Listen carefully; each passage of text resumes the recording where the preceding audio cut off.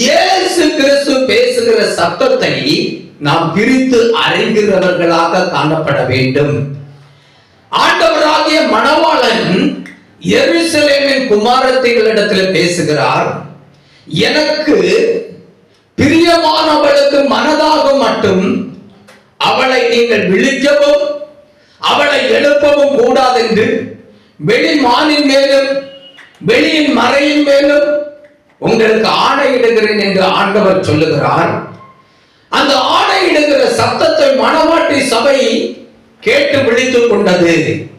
மணவாட்டி சபை சொல்லுகிறது, இது என் நேசரின் சத்தம் அல்லவா, இது என் நேசர் பேசுகிற சத்தம் அல்லவா என்று சொல்லி மணவாட்டி நித்திரையில் இருந்தவள் மணவாளனுடைய சத்தத்தை கேட்கிறதற்காக மணவாளன் பேசின சத்தத்தை கேட்டதும் விழித்துக் கொண்டாள். அல்லேலூயா. எனக்கு அன்பான கர்த்தருடைய பிள்ளைகளே, நீங்களும் நானும் எப்பொழுதும் விழிப்புள்ளவர்களாக இருக்கணும். நம்முடைய நேசரின் சத்தம் என்ன சத்தம் என்பதை அறிந்து நேசரின் சத்தத்துக்கு செவி கொடுக்கிறவர்களாக, அந்த சத்தத்தை கேட்டு அதன்படி வாழுகிறவர்களாக காணப்படுகிறதற்கு நாம் எப்பொழுதும் விழிப்புள்ளவர்களாக இருக்க வேண்டும். அல்லேலூயா. ஆகையால் தான் ஆண்டவர் லூக்கா எழுதின சுவிசேஷம் 21ஆம் அதிகாரம் 36ஆம் வசனத்தில் இப்படியாக சொன்னார், இனி சம்பவிக்க போகிற எல்லாவைகளுக்கு நீங்கள் தப்பி மனுஷ குமாரனுக்கு முன்பாக நிற்கிறதற்கு பாத்திரவான்களாக எண்ணப்படுவதற்கு எப்பொழுதும் ஜெபம் பண்ணி விழித்திருங்கள் என்று ஆண்டவர் சொன்னார். அல்லேலூயா. இனி கொடிய சம்பவங்கள் பூமியிலே சம்பவிக்கும். கொடிய பொல்லாத கிரியைகளை சாத்தான் பூமியில நடப்பிப்பான். சாத்தானாலே பிடிக்கப்பட்டு மோசம் போகிற ஜனங்களும் கொடிய பொல்லாத கிரியைகள் பூமியில நடப்பிப்பார்கள். அப்படி பூமியில கொடிய சம்பவங்கள் நடக்கும் பொழுது அவைகளுக்கெல்லாம் தப்பி மனுஷ குமாரனுக்கு முன்பாக நிற்கிறதற்கு மணவாட்டி சபை மக்கள் எப்பொழுதும் ஜெபம் பண்ணி விழித்திருக்க வேண்டும். அல்லேலூயா. ஆண்டவர் எப்பொழுது பேசுவார், அவருடைய எக்கால சத்தம் எப்பொழுது தொனிக்கும், அப்பொழுது ஒரு இமை பொழுதுல மர்மமாக்கப்பட்டு அவரோடு எடுத்துக் கொள்ளப்பட்டு அவருடைய ராஜ்யத்தில் பிரவேசித்து வாழ வேண்டுமே. எப்பொழுது ஆண்டவருடைய எக்கால சத்தம் கேட்கும், எப்ப தேவ எக்காலம் துணிக்கும், அப்பொழுது கர்த்தருக்குள்ள நித்திரை அடைந்தவர்கள் முதற் பலன்களாக கிறிஸ்துடைய சாயலை உடையவர்களாக உயிரோடு எழும்பி கிறிஸ்துவோடு எடுத்துக் கொள்ளப்பட்டு கிறிஸ்துடைய ராஜ்யத்தில் பிரவேசித்து விருந்து புசிக்க வேண்டும் என்கிற ஆயத்தத்தோடு கிறிஸ்து பேசுகிற சத்தத்தை கேட்கிறதற்கு அந்த காது விழிப்புள்ளதாக இருக்க வேண்டும். அல்லேலூயா. அது விழிப்புள்ளதாக இருக்க வேண்டும். அப்படி விழிப்புள்ளதாக இருந்து தேவகுமாரனுடைய சத்தத்தை கேட்கிறவர்கள், தேவ எக்கால சத்தத்தை கேட்கிறவர்கள், தூதனுடைய சத்தத்தை கேட்கிறவர்கள் பிழைத்து எழும்புவார்கள். கிறிஸ்துவுடைய சாயலை தரிப்பார்கள். கிறிஸ்துவோடைய மத்திய ஆகாசத்தில் எடுத்துக் கொள்ளப்பட்டு விருந்து புசிப்பார்கள். பூமியிலே கிறிஸ்துவோடு வருவார்கள். அவர்கள் நீதியின் ஆளுகையை ஏற்படுத்தி நீதியாய் ஆளுகை செய்வார்கள். அல்லேலூயா. இதற்கு தான் நம்முடைய நேசரின் சத்தத்தை நாம் சரியா அறிந்து நேசரின் சத்தத்திற்கு செவி கொடுத்து அவர் பேசுகிறத கவனித்து கேட்டு நேசருடைய சத்தத்தின்படி செய்கிறவர்களாக காணப்பட வேண்டும். அல்லேலூயா. அவர் எப்படி நடந்து வருகிறாராம், அந்த பகுதியை ஒன்று கூட வாசிங்க. இதோ அவர் மலைகள் மேல் குதித்தும், என் நேசர் மலைகளின் மேல குதித்தும் மேடுகள் மேல் துள்ளியும் வருகிறார். மேடுகள் மேல துள்ளியும் வருகிறார். அல்லேலூயா. நம்முடைய நேசர் மலைகளின் மேல குதித்தும் மேடுகள் மேல துள்ளியும் வருகிறார். மான் எப்படி குதித்து துள்ளுகிறதோ அதுபோல ஆண்டவராகிய இயேசு கிறிஸ்து மலைகள் மேல துள்ளியும் மேடுகள் மேல குதித்தும் வருகிறார். அல்லேலூயா. அல்லேலூயா. அல்லேலூயா. அடுத்த கீழே வாசிக்கலாம். என் நேசர் வெளிமானுக்கும் மறைக்குட்டிக்கும் ஒப்பாயிருக்கிறார். என் நேசர் வெளிமானுக்கும் மறைக்குட்டிக்கும் ஒப்பா இருக்கிறார். இந்த நேசருடைய முகத்தை பார்க்க உனக்கு விருப்பம் இல்லையா? என் நேசர் என்னுடையவர், நான் என்றென்றும் அவருடையவள். என் நேசர் என்னுடையவர், நான் என்றென்றும் அவருடையவள். சாரோனின் ரோஜா பள்ளத்தாக்கில் லீலி, என்னையும் கவர்ந்து கொண்டவரே தம் நேசத்தால், என்னையும் கவர்ந்து கொண்டவரே. சாரோனின் ரோஜா பள்ளத்தாக்கில் லீலி, என்னையும் கவர்ந்து கொண்டவரே தம் நேசத்தால், என்னையும் கவர்ந்து கொண்டவரே. என் நேசர் என்னுடையவர், நான் என்றென்றும் அவருடையவள். என் நேசர் என்னுடையவர், நான் என்றென்றும் அவருடையவள். அல்லேலூயா. என் நேசர் வெளிமானுக்கும் மறைக்குட்டிகளுக்கும் ஒப்பானவர். அல்லேலூயா. அவருடைய அழகை நாம் தரிசிக்க வேண்டும். அவருடைய பூமுகத்தை நாம் தரிசிக்க வேண்டும். அவர் வாயிலிருந்து ஒழுகிற தேனிலும் தேன் கூட்டிலிருந்து ஒழுகிற தெளி தேனுமாக இருக்கிற மதுரமான வார்த்தைகளை நாம் கேட்கிறவர்களாக காணப்பட வேண்டும். அல்லேலூயா. அந்த வார்த்தையை கேட்கிறவர்களும் அந்த வார்த்தையின்படி செய்கிறவர்களும் பிழைப்பார்கள். அல்லேலூயா சொல்லுங்க. அல்லேலூயா. கரங்களை கட்டோட அநேக சொல்லுங்க. அல்லேலூயா. கரங்களை அசைத்து அநேக சொல்லுங்க. அந்த வசனத்தை வாசித்து முடிங்க. இதோ அவர் எங்கள் மதிலுக்கு புறம்பே நின்று பலகணி வழியாய் பார்க்கிறார். அல்லேலூயா. அவர் எங்கள் மதிலுக்கு புறம்பே நிற்கிறார். ஆனால் பலகணி வாசல் வழியாக அவர் என்னை பார்க்கிறார். அவர் பலகணி வாசல் வழியாக என்னை பார்க்கிறார். ஆண்டவர் என் மதில்களுக்கு தூர இருக்கிறவர் போல தெரிந்தாலும் அவர் பலகணி வாசல் வழியாக என்னை பார்க்கிறார். அல்லேலூயா. அவர் பரலோகத்தில் இருக்கிறவராக இருக்கிற தேவனாய் இருந்தாலும் பரிசுத்த ஆவியானவரையும் வார்த்தையை நமக்குள்ள வைத்து அவர் நம்மை பார்க்கிறார். அல்லேலூயா.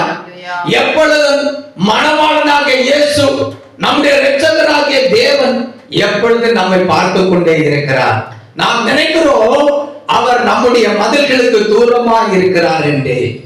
அவர் பலகணி வாசல் வழியாக நம்மை பார்த்து கொண்டிருக்கிறார். அல்லேலூயா. எப்பொழுது நம்மேல நினைவாக இருக்கிறார். ஏனென்றால் நாம் அவருடைய மனவாட்டி சபை மக்கள். அவருடைய பிரியம் நம்மேல தான் இருக்கிறது. அல்லேலூயா. அவருடைய பிரியத்தின் பிள்ளைகளாக வாழுகிற நீங்கள் அவருடைய உபதேசத்தை விட்டு வழி விலகி போய் சோரம் போகாதபடி அவருடைய உபதேசத்தில் நிலைத்திருக்க வேண்டியது அவசியமாக இருக்கிறது. அல்லேலூயா. அவர் பலகணி வாசல் வழியாக நம்மை பார்த்து கொண்டிருக்கிறார். என் மகன் என் மகள் என்ன செய்து கொண்டிருக்கிறார், என்னை எப்படி பிரஸ்தாபம் பண்ணி கொண்டிருக்கிறார், என் நாமத்தை எப்படி உயர்த்தி கொண்டிருக்கிறார் என்று சொல்லி என்னிடத்தில் எப்படி பயபக்தியாக இருக்கிறான், என்னிடத்தில் எப்படி பயபக்தியாக இருக்கிறான், என்னை அனுதினமும் அதிகாலையில் எழுந்து தேடுகிற பழக்கம் இருக்கிறதா, என்னை துதிக்கிற விருப்பம் இருக்கிறதா, என் வேத வசனத்தை தியானிக்கிற அறிவு இருக்கிறதா என்று சொல்லி ஆண்டவர் பலகணி வாசல் வழியாக நம்மை பார்க்கிறார். அல்லேலூயா. அல்லேலூயா. அடுத்த கீழே வாசிங்க. கிராதியின் வழியாய் அவருடைய மலர்ந்த முகத்தை காண்பிக்கிறார். நீங்க இயேசுவுடைய மலர்ந்த முகத்தை பார்க்கிற கூட்டம். அல்லேலூயா. அல்லேலூயா. அவர் கிராதியின் வழியாக தமது மலர்ந்த முகத்தை காண்பிக்கிறார். அல்லேலூயா. காட்டுப்பூராவின் சத்தம் கேட்கிறதே, என்னேசர் என்னை தேடி வருவார் என்று. காட்டுப்பூராவின் சத்தம் கேட்கிறதே, என்னேசர் என்னை தேடி வருவார் என்று. காண கானக்குயிலின் கானம் இசைக்கின்றதே, மன்னவன் சிங்காரமாய் வருவார் என்று. கானக்குயிலின் கானம் இசைக்கின்றதே, மன்னவன் சிங்காரமாய் வருவார் என்று. உம் வருகை வரை நான் காத்திருப்பேன், என் விழி இரண்டால் என்றும் விழித்திருப்பேன். உம் வருகை வரை நான் காத்திருப்பேன், என் விழி இரண்டால் என்றும் விழித்திருப்பேன். காட்டுப்புறாவின் சத்தம் கேட்கிறதே, என் நேசர் என்னை தேடி வருவார் என்று. காட்டுப்புறாவின் சத்தம் கேட்கிறதே, என் நேசர் என்னை தேடி வருவார் என்று. கானக்குயிலின் கானம் இசைக்கின்றதே, மன்னவன் சிங்காரமாய் வருவார் என்று. கானக்குயிலின் கானம் இசைக்கின்றதே, மன்னவன் சிங்காரமாய் வருவார் என்று. அவர் தமது மலர்ந்த முகத்தை கிருதியின் வழியாய் காண்பிக்கிறார். அல்லேலூயா. ஆண்டவராகிய இயேசு கிறிஸ்து தம்முடைய மலர்ந்த முகத்தை நமக்கு காண்பிக்கிறார். அவருடைய முகம் மலர்ந்த முகம். அவருடைய முகத்தின் பிரகாசம் சூரியனை போல பிரகாசம் உள்ளதாக இருக்கிறது. அந்த சூரியனை போல ஆண்டவருடைய முகம் பிரகாசமாக இருக்கிறபடினாலே அந்த பிரகாசமான முகத்தை நீங்கள் நானும் தரிசிக்க வேண்டும். அவருடைய முகம் மலர்ந்த முகம். அல்லேலூயா. எப்பொழுது நமக்கு முன்பாக மலர்ந்திருக்கிற முகம், அந்த அழகு முகத்தை நாம் பார்க்க வேண்டும், அந்த அழகு முகத்தை நாம் தரிசிக்க வேண்டும் என்று காலையில எழுப்ப வேண்டும். அல்லேலூயா. அவர் கிருதியின் வழியாக தமது மலர்ந்த முகத்தை நமக்கு காண்பிக்கிறார். அந்த முகத்தை தரிசிக்கிறவர்கள் பாக்கியவான்கள், அந்த முகத்தை தரிசிக்கிறவர்கள் பாக்கியவதிகள். உங்களுக்கு அந்த பாக்கியத்தை ஆண்டவர் தருகிறார். நீங்கள் பாக்கியவான்களாக பாக்கியவதிகளாக மாறுவீர்கள். இன்னும் ஒரு வசனத்தை வாசித்து முடிப்போம். யோவான் எழுதின சுவிசேஷம் 8ஆம் அதிகாரம் அது 47ஆம் வசனத்தை ஒருவர் வாசிக்கலாம். யோவான் எழுதின சுவிசேஷம் 8ஆம் அதிகாரம் 47ஆம் வசனத்தை சத்தமா ஒருவர் வாசிக்கலாம். தேவனால் உண்டானவன் தேவனுடைய வசனங்களுக்கு செவி கொடுக்கிறான். தேவனால் உண்டானவன் தேவனுடைய ரட்சிப்பை பெற்று தேவனுக்குள்ளே மறுபடியும் பிறந்தவர்கள், கிறிஸ்துவனுடைய சரீரமாகிய சபையிலே கிறிஸ்துவாலே ரட்சிக்கப்பட்டு ஏற்படுத்தப்பட்ட கிறிஸ்துவின் பிள்ளைகள் தேவனுடைய வசனத்திற்கு செவி கொடுக்கிறார்கள். அல்லேலூயா. எனக்கு அன்பான கர்த்தருடைய பிள்ளைகளே, நீங்கள் நானும் தேவனுடைய பிள்ளைகள், தேவனாலே பிறந்தவர்கள், தேவனுடைய வசனத்திற்கு செவி கொடுக்கிறவர்களாக வாழ வேண்டும். அல்லேலூயா. கரங்களை தட்டி சொல்லுங்க அல்லேலூயா. கரங்களை அசைத்து அல்லேலூயா சொல்லுங்க அல்லேலூயா.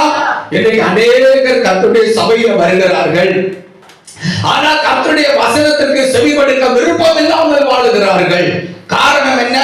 தேவனாலே பிறக்கிறதற்கு விருப்பம் இல்லை. தேவனுடைய சபையில வந்தா ஏதோ நன்மை கிடைக்கும், ஒரு குழந்தை பாக்கியம் கிடைக்கும், கேன்சர் குணமாகும், கர்ப்பத்தில் இருக்கிற கட்டி மாறும், கண்களில பார்வை கிடைக்கும், சரீரத்தில் சுகம் கிடைக்கும், நல்ல பங்களா வாங்கலாம், பெரிய நிலங்களை வாங்கலாம், பெரிய கார்ல பிரயாணம் பண்ணலாம், பெரிய நகைகளை நம்ம வாங்கலாம், ஒரு 50 பவுனுக்கு ஒட்டியானத்தை இடுப்புல போடலாம், கழுத்துல 135 கிலோவுக்கு ஒரு கட்டு செயின மாப்பிளை போட்டு கெட்டுவான். இதெல்லாம் ஆண்டவர் தருவார் என்று சொல்லி இதற்காகத்தான் ஆண்டவரிடத்தில் வருகிறார்களே தவிர ஆண்டவருடைய வார்த்தையை கேட்க மனதில்லாமல் இருக்கிறார்கள். இவர்கள் தேவனாலே பிறந்தவர்கள் அல்ல. தேவனாலே பிறந்தவர்களானால் தேவனுடைய வார்த்தைக்கு மட்டும் செவி கொடுத்து அவருடைய மலர்ந்த முகத்தை தரிசிக்க வருவார்கள். அல்லேலூயா. நீங்கள் நானும் தேவனாலே பிறந்தவர்கள், தேவனாலே உண்டானவர்கள். அல்லேலூயா. தேவன் தான் உங்களையும் என்னையும் உண்டாக்கினார். நீங்கள் நானும் மறுபடி அவருக்குள்ள பிறப்பிக்கப்பட்டோம் சத்திய வசனத்தினாலே. ஆகையால் அவருடையவர்களாகிய நாம், தேவனுடையவர்களாகிய நீங்கள் நானும் தேவனுடைய வசனங்களுக்கு செவி கொடுக்க வேண்டும். அல்லேலூயா. அப்படி செவி கொடுத்து வாழ்ந்தால் இயேசுவுடைய மலர்ந்த முகத்தை தரிசிக்க முடியும். அல்லேலூயா, அல்லேலூயா. என் ஆசையெல்லாம் என் இயேசுதானே, அவர் பொன்முகந்தான் நான் பார்க்கணுமே. என் ஆசையெல்லாம் என் இயேசுதானே, அவர் பொன்முகந்தான் நான் பார்க்கணுமே. அல்லேலூயா. ஆண்டவருடைய பொன்முகத்தை நாம் பார்க்கணும். நம்முடைய ஆசையெல்லாம் அவருடைய மலர்ந்த முகத்தை பார்ப்பதுதான், அவருடைய பொன்முகத்தை பார்ப்பதுதான், அவருடைய பூமுகத்தை பார்ப்பதுதான். ஆண்டவர் சாரோனின் ரோஜாவும் லீலி புஷ்பமுமாய் இருக்கிறார். அழகான மலருடைய முகத்தை பார்க்கிறோம். பயங்கர மதுரமான வாசனை வீசுகிற முகமுடையவராக இருக்கிறார். இந்த அதிபயங்கரமான மதுரத்தின் வாசனையை பார்க்கிறோம். வாசனை திரவியமுடைய முகத்தை உடைய ஆண்டவரை தரிசிக்க விருப்பம் இல்லாமல் நீ யாரை தரிசித்து செத்து ஒழுங்கு போக விரும்புகிற? யாரை தரிசிக்க விரும்புகிற? யாரை பார்க்க விரும்புகிற? ஆண்டவரை பார்க்க வா, ஓடி வா. சபையில காட்டு புறாவாக இருக்கிற நீ வா, கிச்சிலி மரத்துல வா. கிச்சிலி பழங்களின் நேசத்தினாலே நீ மயங்கி கிறங்கி கர்த்தருடைய மடியிலே செல்ல பிள்ளையாக தவள வைப்பார். அல்லேலூயா, அல்லேலூயா, அல்லேலூயா. அவருடைய வார்த்தைக்கு செவிமடு, நீ பிழைத்திருப்பார். கீழே வாசிங்க. நீங்கள் தேவனால் உண்டாயிராதபடி, நீங்கள் தேவனால் உண்டாயிராதபடியினால் செவிகொடாமல் இருக்கிறீர்கள். கர்த்தருடைய சபையில வந்தும் தேவனாலே உண்டானவர்களாக இராதவர்கள், தேவனாலே மறுபடியும் பிறவாதவர்கள் கர்த்தருடைய வசனத்துக்கு செவி கொடுக்க மாட்டார்கள். அகஸ்டின் பேசி எவ்வளவு சத்தமிட்டு கர்த்தருடைய வார்த்தையை பேசினாலும் காதை அடைச்சு கொண்டிருப்பாங்க. கர்த்தருடைய சபையை விட்டு விலகி போவார்கள். யார் பிள்ளை தருவா, யார் கார் தருவா, யார் பங்களா தருவான்னு ஓடிட்டே இருப்பாங்க. அல்லேலூயா, அல்லேலூயா. உங்களுக்கு இறங்கும் எது கிடைக்கிறதோ இல்லாமல் போகிறதோ அதை பற்றி நான் கவலை வேண்டாம். ஆனா இயேசு கிறிஸ்துவை மட்டும் விட்டு விடாதீங்க. அல்லேலூயா. அவர் நமக்கு வேணும், அவர் நமக்கு வேணும். அவர் நம்மை பார்த்து சொன்னார், என் மகன் அகஸ்தியனே நீ எனக்கு வேணும், என் மகள் சீவா நீ எனக்கு வேணும். உனக்காக கல்வாரி சிலுவையில் நான் ரத்தம் சிந்தி என் ஜீவனையே தந்து உன்னை விலைக்கிற கொடுத்து உன்னை எனக்காக வாங்கி இருக்கிறேன், நீ எனக்கு வேணும். அல்லேலூயா. அப்படின்னு ஆண்டவர் நம்மை பார்த்து சொன்னார். நாம சொல்லுவோம், ஆண்டவரே நீர் எங்களுக்கு போதும், நீர் எங்களுக்கு வேணும், சீக்கிரம் மாறனாதா, உம்முடைய ராஜ்யத்தில் என்னை கூட்டி செல்லுங்கப்பா. உம்முடைய நேசத்தால் நான் சோர்ந்து போகும்படி உம்முடைய மடியிலே வச்சு என்னை தாளாட்டுங்கப்பா, என்னை சீராட்டுங்கப்பா. உம்முடைய ஆசீர்வாதங்களை எல்லாம் எனக்கு சம்பூர்ணமா தந்து என்னை திருப்தி அடைய பண்ணுங்கப்பா. எப்ப வருவீரப்பா? என் நேசம் உமக்குரியது, உம்முடைய நேசம் எனக்குரியது. என் நேசரே வருமப்பா அப்படின்னு கூப்பிடுவீங்களா? ஆண்டவர் உங்கள் அருகாமையில வந்திருக்கிறார். ஆண்டவர் உங்கள் அருகாமையில வந்திருக்கிறார். அவருடைய மலர்ந்த முகத்தை நீங்கள் தரிசிக்க ஆண்டவர் கிருபை செய்வார். ஜெபிப்போம்.